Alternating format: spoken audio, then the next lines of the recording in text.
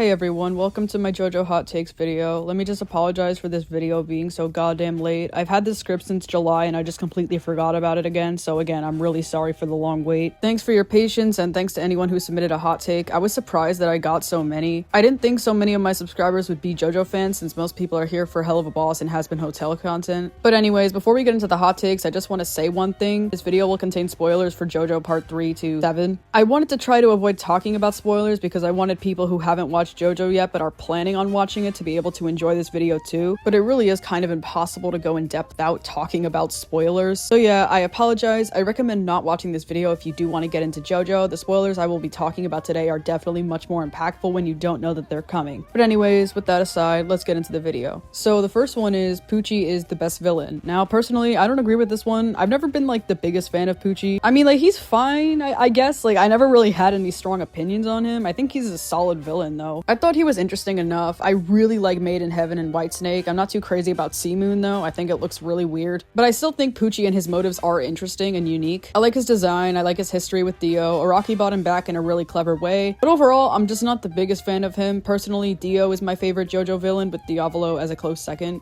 I wish Avdol was fleshed out more. They didn't do much with him and that's disappointing because he's one of my favorite characters. And I think it would be cute if stans had their own personalities. I agree with both of these. Starting with the first one, you're definitely not the only one who thinks that. I'm a huge fan of Avdol as well. Shout out to Araki for making an awesome non-stereotypical black character all the way back in 1993. But one of the things I didn't like is the way his deaths were handled. When he dies for the first time, I'm sorry, but it's so obvious that he's not really dead. First of all, I know that they wouldn't kill off a main character that quickly, and second, he literally shows up in the Stardust Crusaders opening, so I knew that he wasn't going to be gone for long. So when he eventually came back, I was happy but not surprised, and then when he died again, I was like, alright, so what the fuck was the point in killing him off in the first place? I mean, I guess to give Polnareff development, but I think it could have been handled way better. And as for the stan thing, I agree. I would love to see stans get their own personality like Mista stan has. I think it would be kind of wholesome if stans could be friends with their users, but that's just me. I love his design, but I really dislike Anasui. He's super creepily obsessed with marrying Jolyne, and she doesn't seem to reciprocate his feelings. Plus, with killing his ex, it just makes him feel like a really creepy character. So a lot of people don't like Anasui, so you're definitely not alone on that one. Personally, I like him quite a bit. I don't justify the bad things that he's done. I think he's definitely weird, but I also found him to be unironically funny and entertaining. I really like his character development, so overall, I think Anasui is definitely a weird character, but I like him. I can understand why some people don't, though. And I also agree that his design is really cool, minus these things. I don't know why they're here, but whatever. The rest of him is cool. I recently finished part 6 and I like the whole thing a lot. I don't like Mista and Golden Wind though. Other gang members but him had some ties/bonds, both with each other and Bruno who recruited them. Mista wasn't that interesting to me but got a lot of screen time. So much that upon rewatch I would almost 100% be skipping his episodes, like with White Album and Kraftwerk. Villains that also weren't that memorable. The only other character I actively didn't like seeing on screen was Anasui from part 6 for similar reasons.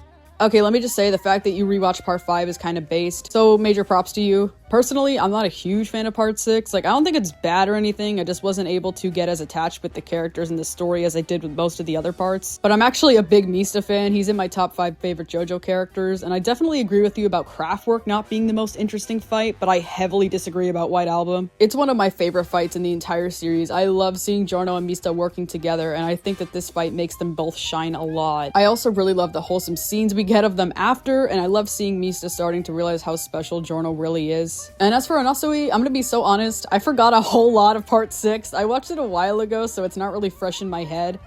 Hot take, I hate people who think Jolyne is the worst Joestar because she couldn't defeat her own villain, but at the same time they don't mention Josuke who didn't kill Kira. I understand if you hate both of them for that reason, but if you only say that about Jolyne, then I'm just going to assume you hate women. And in my opinion, Killer Queen is my favorite stand and part 4 is the best part.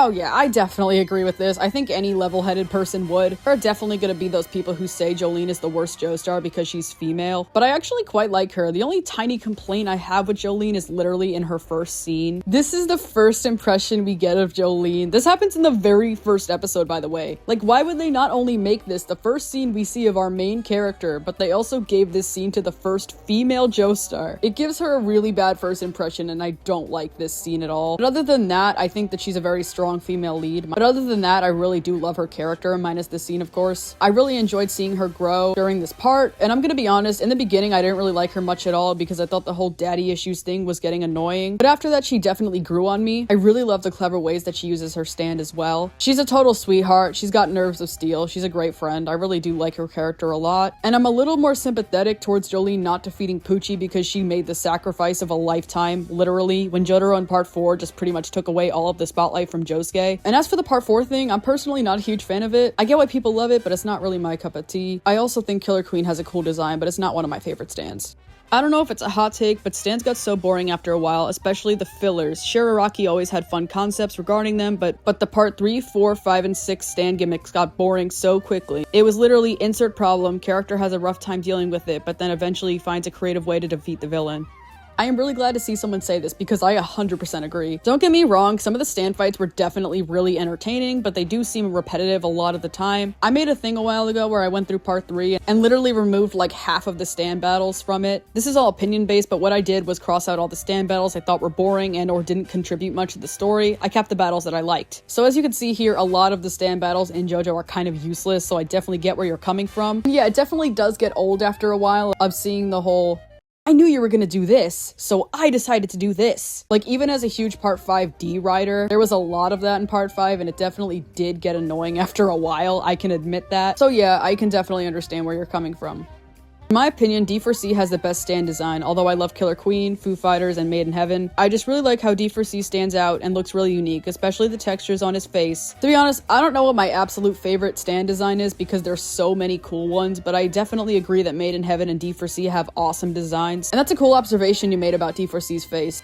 Iggy shouldn't have died. This one I kind of agree with. I love dogs so much, so it's so sad to see them die. And not to be like Source, trust me bro, but I'm like 90% sure that I remember hearing somewhere that Araki loves dogs, so whenever he has a character treat a dog badly, it's supposed to show that that character is truly evil. And it was especially sad to see the way Iggy died with Ice kicking him and watching him bleed out. I really love how close Iggy got with Polnareff, so it was really sad to see Polnareff's two closest friends die in the same day. I feel like Iggy dying was a way to give Polnareff some development, but at the same time his death was really sad, so I'm kind of split down the middle for this one. Now before we move on to some of the end comments, I'm going to share some of my own hot takes. So I'm really nervous about this, so we're just going to start with my most controversial JoJo opinion. Just remember, this is all my opinion, don't get mad at Steel Ball Run is overrated.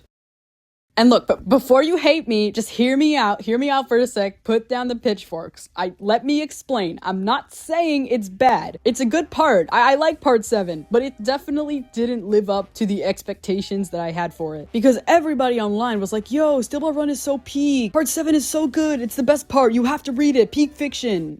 And I did.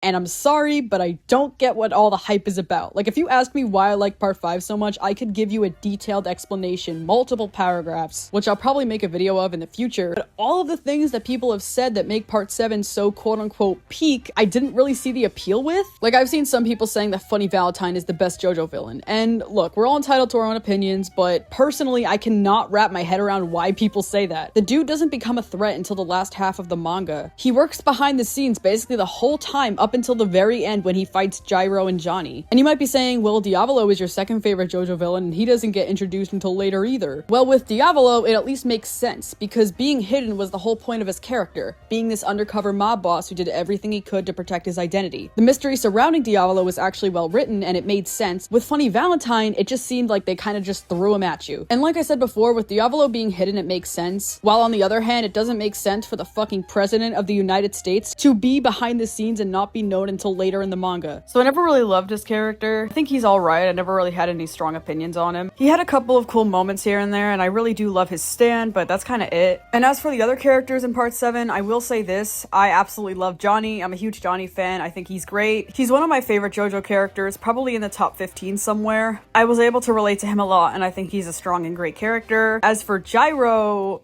okay, I'm digging myself into a deeper hole here, but I'm not the biggest fan of him. じゃあ騒ぐぐらい騒がせろ。こいつ鬼だな。鬼ヶ島緑街道緑マムクソマリモブーブーブーブー Yes, I know. Settle down. Let me explain, okay? Let me explain. Like, I wanted to love Gyro. I really, really did, okay? Like, he's cool. He's had some really great scenes, and I love his design, but I don't know, he's done some really shitty things that a lot of the fandom seems to just brush over. For example, him hitting Johnny like 2 or 3 times throughout the part. And there was also him trying to persuade Lucy to steal the corpse parts from Valentine despite being fully aware of the risks and being able to clearly see that Lucy wasn't the most competent girl. And the other thing that bothers me about Gyro is the fact that both of his sacrifices were pretty much meaningless when you think about it. First of all, the boy he saved from execution died of a cold later. Ballbreaker failed to kill Valentine. Johnny didn't need Gyro to die for any kind of character reasoning or even for the plot. And I don't hate Gyro at all. I don't even dislike him. He just is kind of shitty sometimes. I hope I didn't make anyone mad by saying that. That is all just my opinion. If you disagree with me, that is perfectly fine. And this hot take kind of goes along with part 7, so I'll just throw this in here too. I feel like I'm just digging myself into a deeper and deeper hole, but I don't like the ship between Gyro and Johnny. I don't care what anyone says, 19 and 24 is weird. Like, Gyro is almost in his mid-20s, and Johnny is still a teenager. That's weird. I'm sorry, that's weird. Like, I mean, like, if you like it, I guess it's fine. I mean, it's not illegal or anything. They're both adults, but I always thought the ship was kind of odd. But anyways, moving on from me talking about part 7, I have another hot take, and it's not really a hot take. It's more of a statement, I guess. But anyways, it's bullshit when people say that they don't like Giorno because he doesn't show emotion and is too reserved, but then deride Jotaro and say that he's their favorite JoJo. And don't get me wrong, Jotaro and Giorno are two very different characters, but they do have a lot of similarities. They are definitely the two most reserved JoJos, so I never understood why people who love Jotaro, despite him not showing much emotion outside of anger, hate on Giorno for being quote-unquote emotionless. And I'm not saying if you like Jotaro, you're obligated to like Giorno or vice versa. I'm just saying it's odd and it doesn't make any sense. My bad, I'm going back to part 7 again. But part 6 and part 7 fans are the most annoying people in the JoJo fandom. A lot of part 7 fans are just a bunch of dude bros who act like part 7 is the greatest piece of fiction ever written, and if you don't agree with them, then you're just wrong and your opinion sucks. And obviously, I'm not saying that every part 7 fan is like that. I've met a couple of chill ones. But I'm sorry, a lot of them are just really fucking obnoxious. And as for Stone Ocean fans, I promise I'm not just saying this because I wasn't a huge fan of Stone Ocean. What bothers me about Stone Ocean fans is the fact that when they see someone who says that they don't like Stone Ocean, the first thing they say is, just say you hate women and move on. Like, shut the fuck up, dude. Me not being a huge fan of Stone Ocean literally has nothing to do with the fact that majority of the main characters are women. I don't want to make this section too long, so I'm just gonna list off some of the things that I'm not a fan of from Stone Ocean. 1. FF dies way too early and isn't given proper development in my opinion. 2. As much as I really like Hermes, her story is far too similar to Polnareff's, which makes her character seem lazy and almost like a ripoff of him. And she doesn't even seem like a JoBro at all because she barely has any screen time during the second half of the season. 3. A lot of the fights are goddamn infuriating to sit through, mainly this one, which is so complicated to understand and lasted for like 3 or 4 goddamn episodes. There's more complaints I have about Stone Ocean, but I don't want this section to be too long. So again, as I said before, not everyone who doesn't like Stone Ocean is just a misogynistic piece of shit. And I mean, yeah, obviously I know that there are always going to be those stupid JoJo fans who shit on part 6 because a lot of the main characters are girls, but that obviously isn't everyone. Now, obviously every single part of the JoJo fandom will have their annoying fans. Like hell, part 5 is my favorite part, but I'm willing to admit that there are annoying part 5 fans. There's annoying fans of every single part, but from what I've seen, Steel Ball Run fans are the worst, with Stone Ocean fans second. So that's all of the hot takes. So now I'm going to finish this video up with some comments I got that weren't hot takes, but were JoJo related. Fan theory of mine is that Giorno decided to have long hair like his real father Dio when his hair converted into blonde.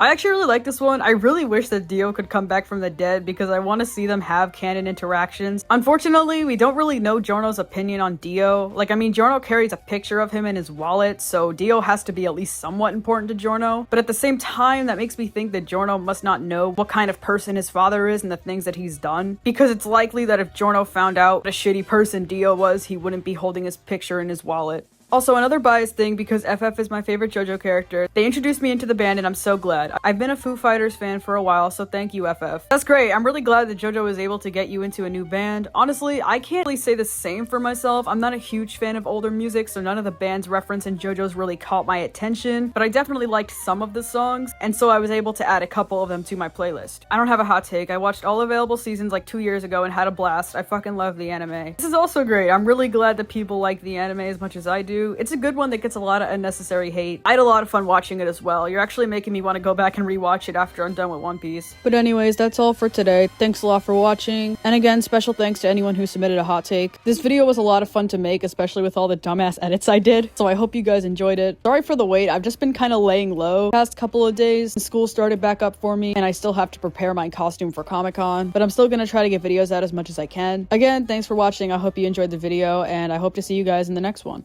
Where are the others? No idea. Huh? How can you not know where they are? Pretty easily, actually. Are you trying to be funny? You're laughing at a time like this? Yes, I am. Great, so we're lost again?